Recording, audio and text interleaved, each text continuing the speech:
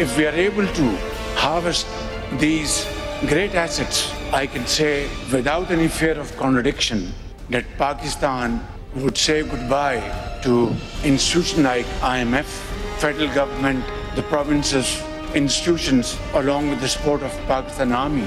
I can tell you without any fear of contradiction, ladies and gentlemen, that we can turn the corner within no time. बिस्मिल्लाहिर्रहमानिर्रहीम। अस्सलाम वालेकुम नाज़रीन, आप देख रहे हैं प्रोग्राम एक्सपर्ट्स। मैं हूँ दुआ जमील। नाज़रीन, मुल्की मईशत नए दौर में दाखिल होने जा रही है। इस्लामाबाद में 2 रोज़ा पाकिस्तान मिनरल्स इन्वेस्टमेंट फोरम हुआ, जिसमें चीन, अरब, खलीज, अमरीका और यूरोप समेत कई ममालिक के सफ़ीरों और कारोबारी शख्सियात ने बड़ी तादाद में शिरकत की। जबकि एरिक मायर की सरबराही में अमरीका का आला वफ़द ख़ुसूसी तौर पर इस फोरम में शरीक हुआ। फोरम में न सिर्फ पाकिस्तान की मादनी दौलत की अहमियत को आलमी मंजरनामे पर उजागर किया गया, बल्कि इस अज़्म का भी अयादा हुआ कि पाकिस्तान कुदरत की अता करदा मादनी नेमतों को अपनी तरक्की, खुशहाली और आलमी सतह पर मुआशी इस्तेहकाम के लिए इस्तेमाल करने के लिए तैयार है। नाज़रीन, प्राइम मिनिस्टर ने आलमी इदारों और गैर मुल्की सरमायाकारों को पाकिस्तान में सरमायाकारी की दावत भी दी, जबकि army chief general Syed Asim Munir ने यह यकीन दिलाया कि पाक फौज अपने शराकतदारों और सरमायाकारों के मफादात और एतमाद के तहफ़्फ़ुज़ के लिए मजबूत सिक्योरिटी फ्रेमवर्क को यकीनी बनाएगी। इसके साथ ही अमरीकी वफ़द की प्राइम मिनिस्टर और आर्मी चीफ से अलग अलग मुलाकातें भी हुई। प्राइम मिनिस्टर ने अमरीका के साथ मिलकर काम करने की ख्वाहिश का इजहार किया और ट्रंप टैरिफ पर मुज़ाकरात के लिए पाकिस्तानी वफ़द अमरीका भेजने का भी उन्होंने फैसला किया है। साथ ही एशियाई तरक्याती बैंक ने आउटलुक रिपोर्ट जारी की है, जिसमें मुल्की मईशत में बेहतरी, महंगाई और शरह सूद में कमी का एतराफ़ किया गया है। एक और अच्छी और हैरान कुन खबर भी सामने आई। ये दावा किया जा रहा है कि PIA 21 साल बाद खसारे से एक मुनाफा बख्श इदारा बना दिया गया है। कौमी एयरलाइन ने गुज़श्ता साल 26 अरब रुपए से ज़ायद नेट मुनाफा कमाया है, जिसमें प्राइम मिनिस्टर शहबाज शरीफ ने खुशी का इजहार किया है। वज़ीर दिफा ख्वाजा आसिफ ने इसे वज़ीर आज़म की क़यादत का समर करार दिया और ये दावा किया है कि हर सम से अच्छी खबरें आ रही हैं। इसी मुनासबत से आज का पहला और बड़ा सवाल होगा। पैनल में शामिल हैं अयाज खान साहब, इलियास राना साहब, फैसल हुसैन साहब, मोहम्मद इलियास साहब, खालिद कयूम साहब। आप सबका शुक्रिया। आमिर साहब, आपसे आगाज़ करी हूँ, चूँकि अच्छी खबरें आ रही हैं हर सम से, लेकिन सवाल आमिर साहब, ये क्या इन कामयाबियों का कोई असर आम आदमी की ज़िंदगी पर भी पड़ेगा? क्या ये जो बेहतरी की बातें हो रही हैं, तब्दीली की बात हो रही है, जो मुस्बत तब्दीली मईशत को रख कर बात की जा रही है, इससे आम आदमी की ज़िंदगी में कोई फ़र्क है? क्या ये फिर तरक्की सिर्फ कागज़ों तक महदूद है या समझा जाए कि वाकई कोई तब्दीली आ रही है? देखें, जो अबतरी थी वो बेहतरी की तरफ जाना शुरू हुई है। इससे ज़्यादा कुछ नहीं है, अभी बहुत कुछ करने का है। अगर हम PIA के मुनाफे की बात कर रहे हैं तो उसको आप इस तरह देखें कि जो उसके खसारे थे प्राइवेटाइजेशंस का अमल शुरू करने से पहले वो विद होल्डिंग कंपनी बना के उधर शिफ्ट कर दिए गए थे। तो उसके बाद जो PIA चल रही है वो वाकई प्रॉफिट में जा रही है, उसका ये हिसाब किताब बताया गया है। आपने देखा होगा सोशल मीडिया पे PTI के लोग कह रहे हैं कि हमारे दौर में भी PIA इतने प्रॉफिट में थी। उसके जवाब में भी आ गया कि जी वो नीचे आपने जो खर्चे थे वो निकाल दिए थे और प्रॉफिट सिर्फ उस वक्त चलवा दिया था। और आज वही PTI ये कह रही है कि आप प्रॉफिट चला रहे हैं। ये चलती रहेगी और ये तभी प्रॉफिट सब कुछ कमाएगी जब ये प्राइवेटाइज हो जाएगी। अदरवाइज़ तो ये सफ़ेद हाथी है। बाकी सफ़ेद हाथियों की तरह सरकारी इदारों में जो कुछ हो रहा है, अल्लाह ही बचाए कि यहाँ पे कैसे कोई काम चल सकेगा। क्योंकि हम सब से वो इदादो शुमार भी आए हैं ना आज कौमी असम्बली में ही कि कितना टैक्स तनख्वाहदारों से लेके लिया गया है, इनको चलाया गया है। हमारे यहाँ तो मसला यही है ना सिर्फ कि हम तो बार बार कहते हैं आप हमें हमारी पूरी तनख्वाह दे दें, हमसे टैक्स लेके दिखा दें। आप ताजिर से तो ले नहीं सकते, एक छोटे से दुकानदार से, तो बाकियों से कैसे लेंगे? बस जो फंसा हुआ है उसको फंसाई जाते हैं। तो अच्छी खबरें हैं, इसमें कोई शक नहीं है, इस सेंस में कि आपकी मिनरल डेवलपमेंट जो हो रही है उसके ऊपर आप लोगों को लेके आ रहे हैं। उसमें लोगों को ट्रैवल एडवाइजरी एक आई है कि इंडिया से बेहतर पाकिस्तान को करार दिया जा रहा है। कुछ चीज़ें बेहतर हो रही हैं, कुछ की बेहतरी की कोशिश हो रही है, लेकिन उतना ही अबतरी की तरफ भी सफ़र जारी है। हाँ, जो पाकिस्तान के अंदर किसी चीज़ को ठीक नहीं देखना चाहते वो हर वो काम शुरू करा चुके हुए हैं जिससे दहशतगर्दी का फ़रोग हो, पाकिस्तान के अंदर इश्यूज़ बनते रहें और यार लोगों के माल बनते रहें। तो दोनों तरफ लड़ना पड़ेगा गवर्नमेंट को और ज़्यादा हौसले के साथ। रियासत तो साथ है, फौज यानी साथ है, वो चल रही है, वो हर जगह पे आर्मी चीफ साथ नज़र आ रहे हैं, प्राइम मिनिस्टर उनका नाम लेके बात करते हैं। बिल्कुल दुरुस्त बात है कि आर्मी चीफ का भी उतना ही मुल्क है जितना वज़ीर आज़म का, उतना ही है जितना हमारा और आपका है। तो सबको अपना अपना किरदार अदा करना होगा और जो कमी है उसकी तरफ तवज्जो करने की ज़रूरत है। बावजूद PTI जो सियासी हकीकत है अगर वो रास्ते पे नहीं भी आ रही तब भी उनके लोगों को एंगेज किया जाना चाहिए। वो नहीं मिलते, वो कमेटी में नहीं आते, तो वो उसकी वजह यह है कि पार्लियामेंटेरियंस ने तो फैसला कर लिया था कि हम आएंगे, वो अपने सोशल मीडिया के इन्फ्लुएंस में नहीं आए। अगले सवाल पे हम डिटेल से बात करेंगे, लेकिन जो खबरें अच्छी आ रही हैं उसके लिए मजीद मेहनत की जरूरत है। आपको वो शबाना रोज की नहीं मैं बात कर रहा हूँ, दुआ मैं कह रहा हूँ, दुआ करनी चाहिए कि आप काम करते रहें, प्राइम मिनिस्टर आप आर्मी के साथ काम करते रहें, आप सूबों को भी साथ मिलाएं। लेकिन इशू ये है कि अभी बहुत सफर बाकी है हमारा। इन चंद खबरों से काम नहीं चलने का। जो आपने बुनियादी बात पूछी, आम आदमी तक पहुंचना है इसके समरात को, उसमें अभी बड़ा टाइम बाकी है। सही जी अयाज साहब, अभी वक्त बाकी है, सफर बहुत लंबा है, इसमें तो कोई शक नहीं है। लेकिन जो आर्मी चीफ का भी जिक्र कर रहे हैं, फौज जाहिर है आगे फ्रंट पे नजर आ रही है, खासतौर पर मईशत को बेहतर करने के लिए आर्मी चीफ खुद यकीन दहानियां करा रहे हैं सिक्योरिटी के पॉइंट ऑफ व्यू से भी। आपको लगता है हुकूमत की कोशिशें अपनी जगह काबिल तहसीन भी कहना चाहिए जो अब तक हमारे पास डेटा आ रहा है, लेकिन फिर वही बात कि अवाम की हालत कब बदलेगी? वो आपके सवाल के जवाब में वो शेर याद आ गया ना, जी जी, चलें तो कट ही जाएगा सफर आहिस्ता आहिस्ता। अल्लाह करे आहिस्ता आहिस्ता ही कट जाए, कटे तो सही ना। हाँ, बात ये है, वो बड़ी अच्छी बात है, नो डाउट। ये गाया मेरा चन्ना नहीं था या किसी और ने? ये अब मुझे याद नहीं आ रहा इस वक्त। अल्हम्दुलिल्लाह हमारा भी ये मुल्क है, लेकिन उतना नहीं है जितना प्राइम मिनिस्टर साहब का है, क्योंकि अगर उतना हमारा भी मुल्क होता तो किसी वक्त प्राइम मिनिस्टर साहब हमारी भी तारीफ कर देते कि यार बड़ी मेहरबानी, ये तनख्वाहदार ना होते तो ये मुल्क चल ही नहीं सकता था। क्योंकि जब भी मुश्किल पड़ती है वो हम इनकी वो टैक्स बढ़ा देते हैं और अल्लाह के फजल से मुशीर भी रख लेते हैं, वजीर भी रख लेते हैं, उनकी तनख्वाहें भी बढ़ा देते हैं, अरकान असम्बली की भी बढ़ा देते हैं। तो ये ही लोग हैं जो हमें दे रहे होते हैं और हम इस पे इंजॉय कर रहे होते हैं। प्राइम मिनिस्टर साहब की मेहरबानी है, वो बार बार हर बार और कई बार इस चीज़ का एतराफ़ करते हैं कि आर्मी चीफ साहब की वजह से ये सब कुछ हो रहा है, और मतलब वो एतराफ़ कर रहे हैं कि वो हम इस काबिल नहीं थे कि हम ये चीज़ें कर लेते, तो बड़ी अच्छी बात है। ये भी इस मुल्क में गालिबन पहली बार ही हो रहा है कि कोई प्राइम मिनिस्टर इसने खुले दिल से एतराफ़ कर रहा हो कि जी ये सारा कुछ उधर से हो रहा है, और हम तो बस ज़ाहिर अनाउंस ही करने वाले हैं और आपको आके बता देते हैं। सफ़र बहुत लंबा है, इसमें कोई शक नहीं है, और आम आदमी कोई उस तरह से ख्याल भी नहीं होता हुक्मरानों को। उसकी वजह दुआ बुनियादी ये है कि ये जो हमारे हुक्मरान हैं ये इतने ज़्यादा अमीर लोग हैं, इतने ज़्यादा मराहत याफ्ता हैं कि इनको एहसास तक नहीं हो सकता कि आम आदमी के घर में चूल्हा कैसे जलता है, उसका बच्चा बीमार हो जाए तो उसको क्या मसाइल होते हैं। बिजली के बिल बड़ी मेहरबानी कर दी, लेकिन उस पर भी पता नहीं क्यों लोग डाउट क्रिएट कर रहे हैं कि शायद ये जून तक है। अल्लाह ना करे कि इस तरह हो, क्योंकि ज़ाहिर लोग कुछ तो सुख का सांस लिया उन्होंने। बहरहाल जब बिल आएंगे फिर पता चलेगा अक्सर इम्पैक्ट इस पर कितना आता है। जो उधर भी काम करने वाला असल वो बिजली चोरी बहुत काम हुआ है, लेकिन अभी बहुत काम करना बाकी है।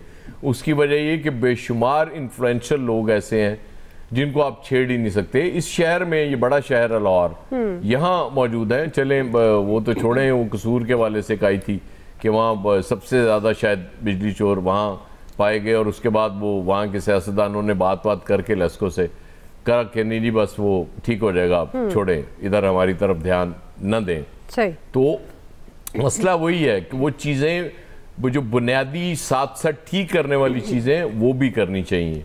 रेकोटेक नो डाउट वो आपका जो जुर्माना हुआ था मुआफ़ हो गया, आप इसलिए आप इस काबिल हुए कि नए माहदा भी आपने कर लिया, और उसमें से ज़ाहिर है वो अल्लाह करे वो सोने और तांबे के जो ज़खायर निकलने हैं उसमें से थोड़ी सी चांदी कोई आम आदमी तक भी पहुंच जाए। ज़ाहिर है सोने और उसके ज़खायर तो आप तक नहीं पहुंच सकते।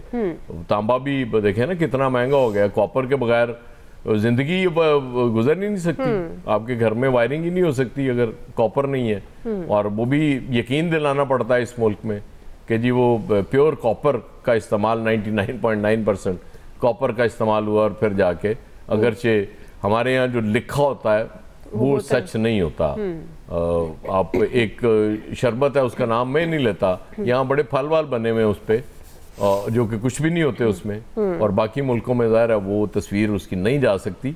तो हम तो ज़ाहिर है कौम ही ऐसी है ना, हमें सिर्फ दिखावे से मतलब होता है, बिल्कुल कि हमें दिखा दिया जाए ये चीज़ बहुत अच्छी है, पैकिंग हमें अच्छी चाहिए, और उस पे हम ईमान ले आते हैं। हमें इंग्रेडिएंट्स की फिक्र नहीं होती कि वो को हमारे फ़ायदे के लिए हैं भी, इसमें मौजूद हैं या नहीं, और ये हमारे हुक्मरान बड़ी अच्छी तरह समझ गए हुए हैं। इतनी शानदार पैकिंग में आपको ये अपना सौदा बेच रहे होते हैं कि आप फ़ौरन ख़रीदने के लिए तैयार हो जाते हैं। जी फैसल साहब, देखिए अगर अच्छी खबरें आ रही हैं तो ये अच्छी बात है, और इन खबरों के अगर समरात आए तो ये उससे भी अच्छी बात है। अब सिर्फ खबरों की बुनियाद पे हम और आप खुश नहीं हो सकते, लेकिन क्योंकि हमारे माशरे में हमारी जहाँ हम लोग रहते हैं, या अच्छी खबर आना भी जो है ना एक बहुत बड़ी बात है। यहाँ हमें अच्छी खबरें सुनने को ही नहीं मिलती, ये हमारी बदनसीबी है। तो इस बदनसीबी के दौर में, इस अंधेरे के दौर में अगर कोई अच्छी खबरें आ रही हैं तो हम सबको इस इन खबरों का खुले दिल के साथ जो है ना वेलकम करना चाहिए। बड़ी बात है कि अच्छी खबरें आ रही हैं। और जैसे आमिर साहब ने कहा कि हमें दुआ भी करनी चाहिए कि इसके जो है वो समरात जो है वो भी आना शुरू हो जाए। बात असल में ये है कि दुनिया में कुछ इंसानी माशरे को की तरक्की को नापने के लिए, सोसाइटी को नापने के लिए, रियासत ममलिकत को नापने के लिए कुछ पैमाने मुकर्रर हो चुके हैं। माशी अशारिये भी हैं और एक ज़ाहिर इंसानी अशारिये भी हैं, जिससे अंदाज़ा होता है कि इस वक्त जो ये जो माशरा है, ये जो रियासत है, ये जो मुल्क है, इसमें जो है वो कितनी तरक्की हो रही है। इसमें 2-3 बुनियादी चीज़ें हैं कि लोगों की कुव्वत ख़रीद क्या है, जो आपकी कंज्यूमर मार्केट है वो कितनी उसमें जो है ना वो जो है ना ताकत है, लोग जो है वो कितने जो है वो खुशहाल हैं, आम आदमी में जो है वो सेंस ऑफ सिक्योरिटी जो है वो कितना है। इसी तरह की 2-4 चीज़ें तो, लेकिन अभी तक जो है ना हमें ये ऐसे कोई इशारे नहीं मिल रहे कि आम इंसान की जो है वो कुव्वत ख़रीद जो है उसमें जो है ना वो इजाफा हो रहा हो।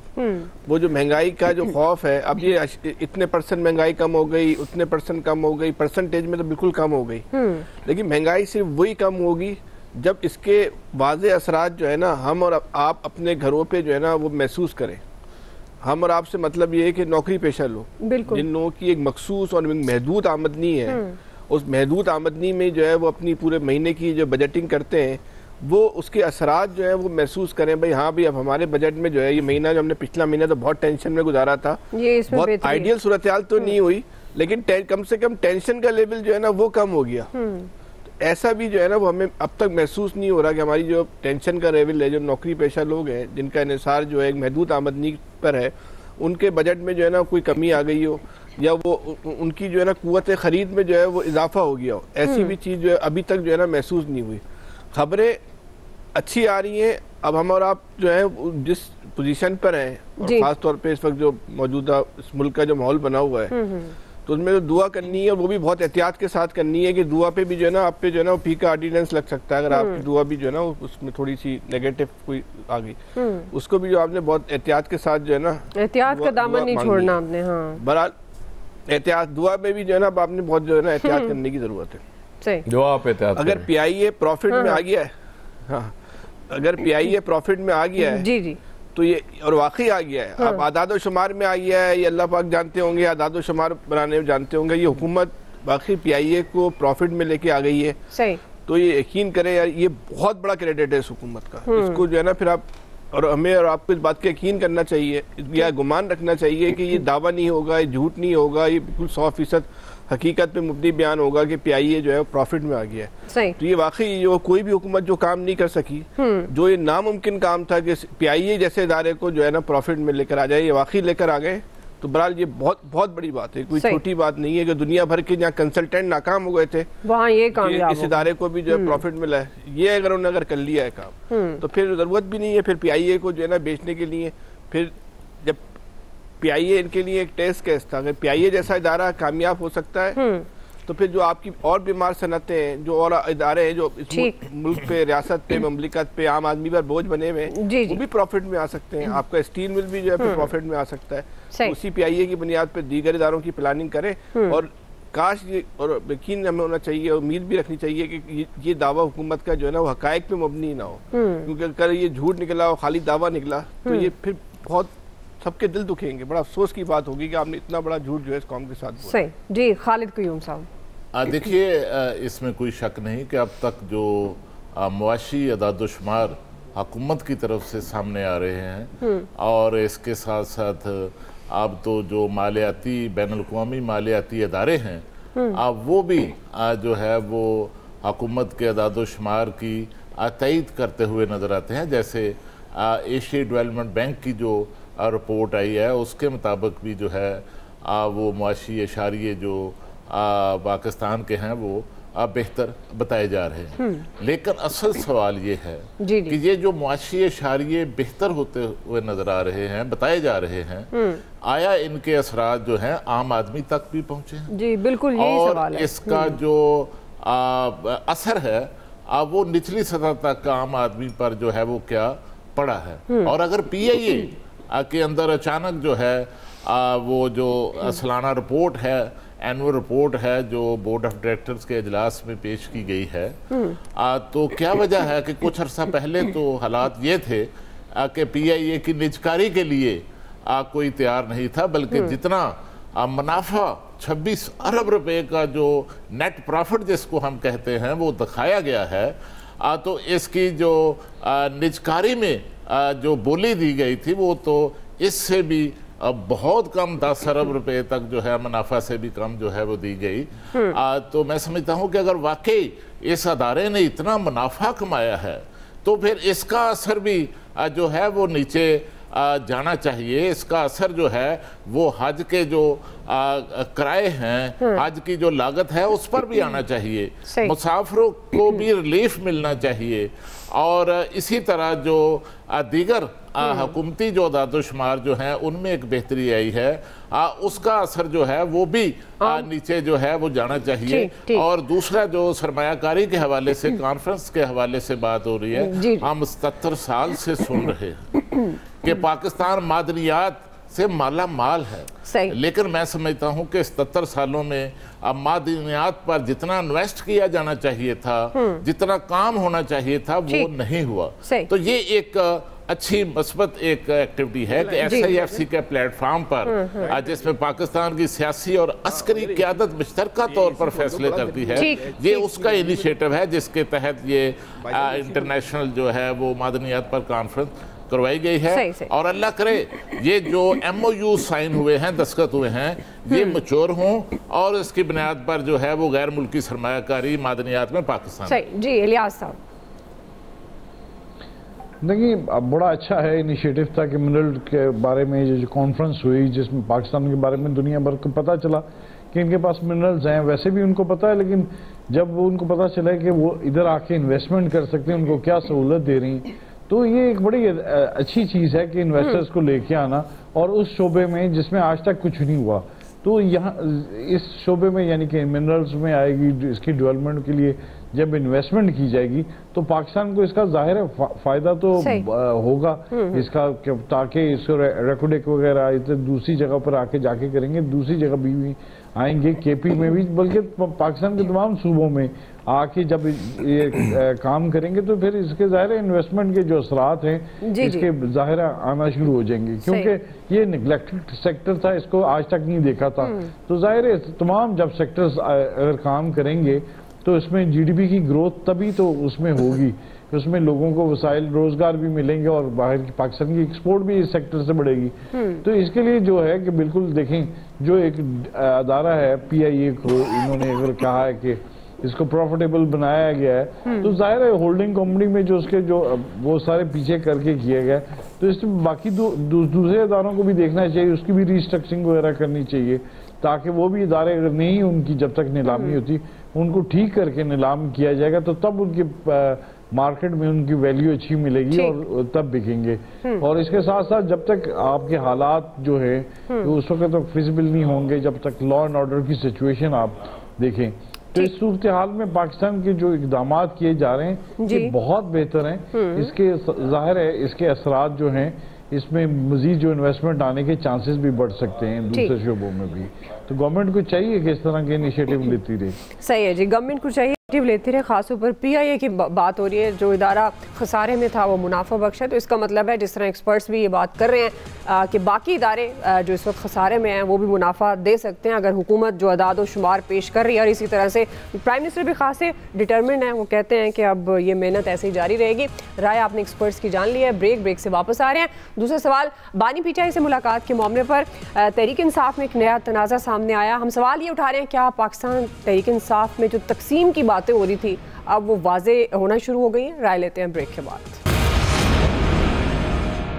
जब भी ट्यूसडे को मीटिंग होती है, बहुत सारे लॉयर्स जाते हैं, उनमें से कुछ अंदर से कॉल होते हैं, कुछ नहीं होते, लेकिन ये कभी नहीं हमने किया कि हम उस पर किसी पे उंगली उठाएं कि कौन अंदर चला गया और कौन अंदर नहीं गया। मीटिंग खान साहब से हर एक का हक है। मुलाकात में जो कंट्रोवर्सी क्रिएट की है राय साहब ने अपनी कमेंट से, ये मेरा ख्याल है जायज़ नहीं है। मुझे अफसोस हुआ। खान साहब को मिलने से मैं आपको एक बात बता दूं, रोक नहीं कोई सकता। खान साहब जिसको मिलना चाहेंगे मिलेंगे। सब पार्टी के जो ओहदेदारान हैं, लीडरशिप है, उनका राइट है कि वो मिले और खान साहब की मर्जी है कि वो किससे मिलते हैं, किससे नहीं मिलते। वेलकम बैक नाज़रीन। बानी पीटीआई से मुलाकात के मामले पर तहरीक इंसाफ की सीनियर क़यादत में झगड़ा शुरू हो गया है। चेयरमैन पीटीआई बैरिस्टर गौहर और सेक्रेटरी जनरल सलमान अकरम राजा आमने सामने हैं। सलमान अकरम राजा ने गुज़श्ता रोज़ बानी से मिलने वालों पर एतराज़ात उठाते हुए ये कहा कि बानी से मिलने के लिए वो 5 लोग भी दंदनाते हुए गए जिनका नाम फहरिस्त में नहीं था। जिन 6 वकला के नाम उन्होंने दिए उनमें से 5 खारिज कर दिए गए। सिर्फ मंजूर नज़र लोगों को मिलने दिया गया। इस पर चेयरमैन बैरिस्टर गौहर ने सलमान अकरम राजा को ये जवाब देते हुए कहा कि बैरिस्टर अली जफर को कोई ना कहे कि वो मंजूर नज़र हैं। अली जफर एक अजीम आदमी है। सियासी कमेटी ने कभी नहीं कहा कि बहनों को इजाज़त ना मिले, वकला भी नहीं जाएंगे। उन्होंने सलमान अकरम राजा से सवाल पूछा कि 25 तारीख को बहनों को बानी से नहीं मिलने दिया गया, तो फिर आप क्यों बानी से मिले? इस पर उनका रद्द-ए-अमल आया बैरिस्टर अली जफर का। वो कहते हैं कि बानी से मिलना जुर्म नहीं, हर एक को हक है। बानी ने कहा कौमी मफाद में कोई भी बात करना चाहता है तो वो तैयार है, और उन्होंने मुलाकातें ना कराने के मामले को सुप्रीम कोर्ट के सामने उठाने की हिदायत की है। फैसले से आगाज़ करूँ चूँकि अब ये बानी पीटीआई से मुलाकात के मामले पर जो तनाज़े और तकसीम नज़र आ रही है पाकिस्तान तहरीक इंसाफ के अंदर, क्या आपको लगता है कि ये वक्ती है या वो मामला जो दबे हुए थे अब वो खुलकर सामने आ रहे हैं? फैसल साहब, देखिए बात यह है कि नुक्ता ये है कि हुकूमत या इमरान खान के मुखालिफिन ये चाहते हैं कि इमरान खान से जो साहब भी मिलें या जो लोग भी मिलें वो मिलने से पहले या मिलने के बाद कोई बात ना करें, क्योंकि मिलने के बाद जब वो इमरान खान का पैगाम पहुँचाते हैं तो फिर सूरत हाल में जो है बड़ी वो तलातुम जो है बर्पा हो जाता है। ये हुकूमत की पॉलिसी है। अब इसको आप कामयाब पॉलिसी भी कह सकते हैं। उसका उन्होंने रास्ता ये निकाला कि पाबंदी लगा दो। बात यह है कि कैदी कौन है? कैदी इमरान खान है। मुलाकात किसकी ख्वाहिश पे होगी? कौन लोग मिलेंगे? हुकूमत है। भाई जो कैदी है, आप जिससे मिलना है आप उसी की ख्वाहिश पे लोगों को भेजेंगे ना। फिर उस आदमी ने एक कोऑर्डिनेटर मुकर्रर कर दिया कि भाई ये लिस्ट बनाएगा, आप उनके कहने पर भी लोगों को जो है नहीं भेजने। अच्छा, जिससे इमरान खान नहीं मिलना चाहते उनसे भेज रहे हैं। कल कोई रजिया सुल्ताना नाम की खातून चली गई, अब पता नहीं कौन खातून थी, उन खातून को भेजने का पता नहीं क्या मकसद क्या था, ये भी सारी ज़िंदगी अलमिया ही रहेगा, वो सवालिया निशान ही रहेगा। वो खातून को देख के जो खबरें आई हैं उनके मुताबिक इमरान खान चौंक गए। बोला आप कौन है? बोलने लगे मिलने आई हैं। बोला क्यों मिलने आई हैं? मैं तो आपको जानते ही नहीं हूँ, आप आ क्यों गई? तो ये तो ये सूरत हाल हो रहा है, ये अजीब व गरीब सी सूरत हाल है। अब वही वाली बात है ना कि आप अब ये आप कहना है कि आप कैदी से ना खौफजदा है तो बोलेंगे नहीं भाई ये तो आप तहरीक इंसाफ की का बयान कर रहे हैं। अच्छा भाई, अगर आप खौफजदा नहीं है तो उनकी मर्जी से जो है मिलने दें। अब उन्होंने उसके लिए जो है ना वो अदालती फैसला भी आ गया कि आप मुलाकात से पहले और मुलाकात के बाद जो है ना कोई बयान नहीं देंगे। अब चले अदालती फैसला है, जाहिर सी बात है, अब क्या बोल सकते हैं इस पर, बोलना भी नहीं चाहिए। लेकिन आप कब तक कितनी पाबंदियों में जो है ना एक आदमी को रखेंगे? नताइज फिर भी आप जो है मतलूब हासिल नहीं कर पा रहे।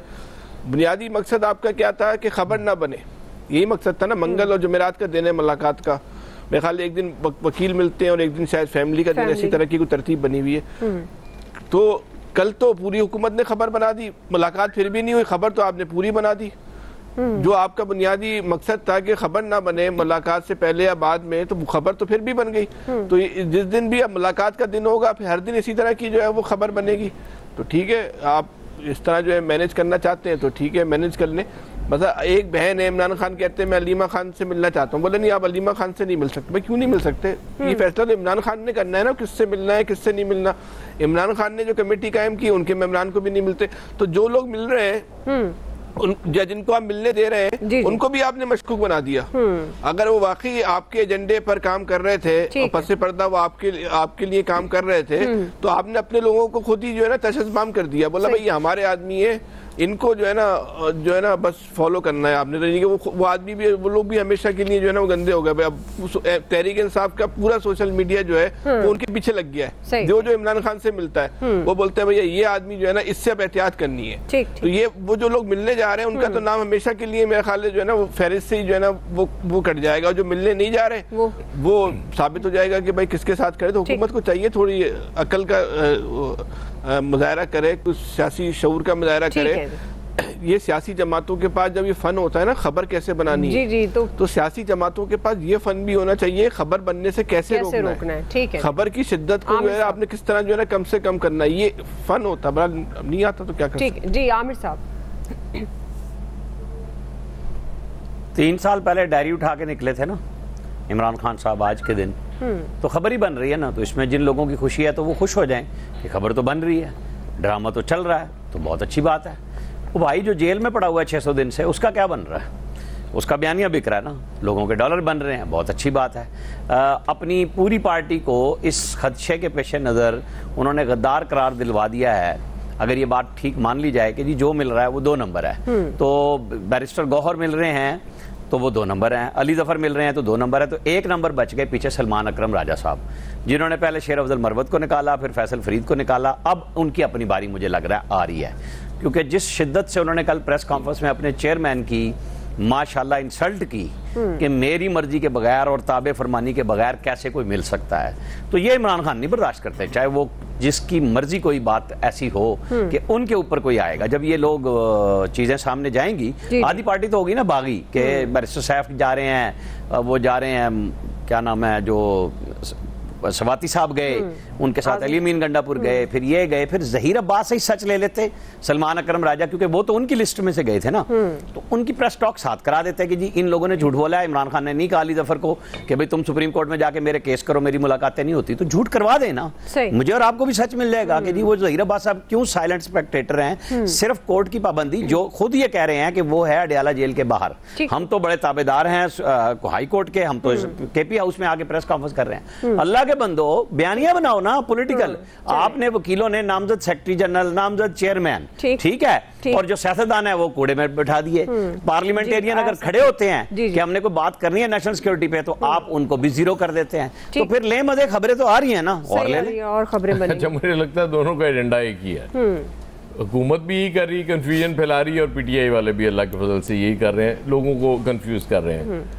ये बयानिया जो है ना, इससे सिर्फ डॉलर बनने का इशू नहीं है, डॉलर तो लोग बना ही रहे हैं, इशू ये है कि इस मुल्क का नौजवान वो बयानिए को चूँकि तस्लीम कर चुका है, उसकी अक्सियत, ये ख़तरनाक चीज़ है, और वो नहीं मान रहा। हुकूमत इतने इक़दाम कर रही है, इसके बावजूद नहीं मान रहा। कुछ चीज़ें ऑन ग्राउंड हैं भी। आज मुझे बड़ी खुशी हुई, अब्दुल मालिक बलोच नवाज शरीफ साहब से आके मिले और उन्होंने कहा बलोचिस्तान में अपना किरदार अदा करें।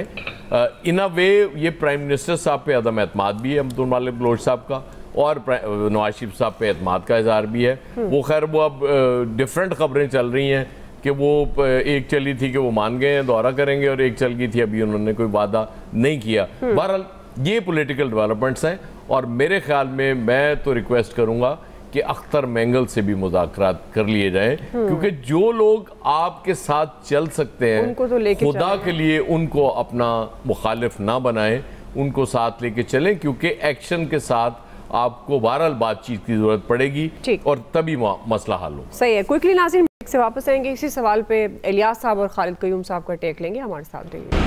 जी वेलकम बैक नाज़रीन। हम बात करें पाकिस्तान तहरीक इंसाफ के हवाले से, बानी पीटीआई से मुलाकात के हवाले से जो एक तकसीम पाकिस्तान तहरीक इंसाफ के अंदर नज़र आ रही है। खालिद कयूम साहब, ये एक तो ये सवाल भी पैदा होता है कि फिर ये मुलाकात के म्यार कौन तय करता है? आपके ख्याल में ये तकसीम तो जब से बानी जेल में गया उससे पहले भी बड़े धड़ों की खबरें आती थी, और लेकिन उसके बाद से तो तकसीम नज़र आई वाज़े तौर पे। अब ये मुलाकात के हवाले से आपके ख्याल में ये वाकई तकसीम है या फिर ये बयानियाँ बनाने की कोशिश की जा रही है? देखिए, ये पार्टी के अंदर जो एक तनाव है और तकसीम है, ये उसी का नतीजा है कि इस वक्त सूरत हाल ये हो चुकी है कि बानी पीटीआई से मुलाकातों के हवाले से, मुलाकातें उनसे रुकवाने के हवाले से हुकूमत और ये PTI की जो मौजूदा वकला की लीडरशिप है वो एक ही पेज पर नज़र आती हैं। दोनों अतराफ से बानी PTI तक पार्टी की लीडरशिप, पार्टी के रहनुमाओं, पार्टी के कारकुनों की रसाई रोकी जा रही है।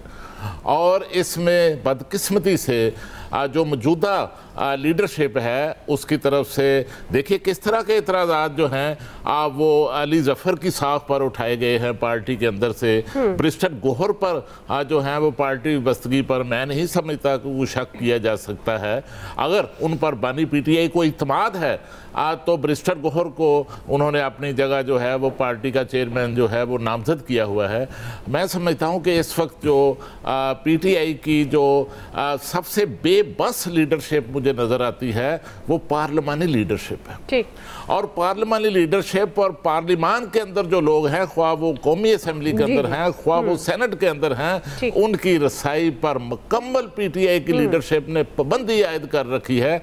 और PTI की ये लीडरशिप जो चाहती है कि उनके हाथ में हो कि कौन मिले कौन ना मिले, वो दरअसल वो ये भी चाहते हैं कि कोई सियासी माइंडसेट और सियासी बैकग्राउंड वाली को पार्टी की शख्सियत जो है उसकी रसाई बानी PTI तक ना हो। लेकिन मैं समझता हूं कि जब तक सियासी माइंडसेट और सियासी बैकग्राउंड वाली सियासी सोच रखने वाली पार्टी की लीडरशिप की रसाई नहीं बढ़ेगी, पार्लिमान की रसाई नहीं बढ़ेगी, उस वक्त तक जो है वो बानी PTI का जेल से अडयाला से बाहर आने का रास्ता नहीं बन सके। सही जी। इलियास साहब,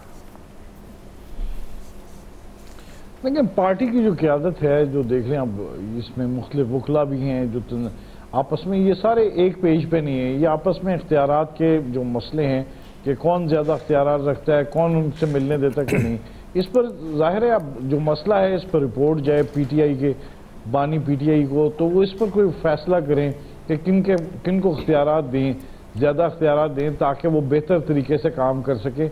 वरना ये तो मसला इस तरह ही चलता रहेगा और ख़बरें बनती रहेंगी। और वो वैसे भी वो ये चाहते हैं कि गवर्नमेंट चाहती है कि उनसे मुलाकात का जो सिलसिला बंद रहे और ख़बरें ना बने।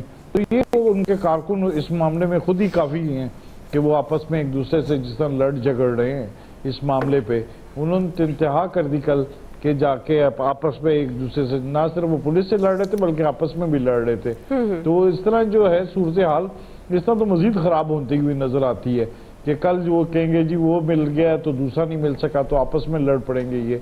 तो इसके लिए तो कोई इनको पार्टी को चाहिए कि इनको मुनज़्ज़म करे, क्योंकि वो तो अपने किसी लीडर को भी नहीं मानते, सारे खुद लीडर बने फिरे हुए। तो इस सूरत हाल पर उन्होंने उन पर भी एतराज़ात लगा दिए जो उनके बैरिस्टर सैफ और बैरिस्टर अली ज़फ़र वगैरह पर, ताकि कि वो किस तरह मिले। तो आपस में जाहिर है जिस पर पार्टी पर एक दूसरे पर उंगलियां उठाने लग गए हैं तो ये मजीद भी इनके में खराबियां होंगी, क्योंकि इनके निचले तबके से ऊपर तबके तक जितनी भी पार्लियामेंट्री लीडरशिप है वो इस मसले पर है, क्योंकि वो यहाँ तो कन्नी कितराती है, यहाँ तो फिर जो मिलने जाते हैं वो कहते हैं कि तमाम अख्तियारात उनके पास हों।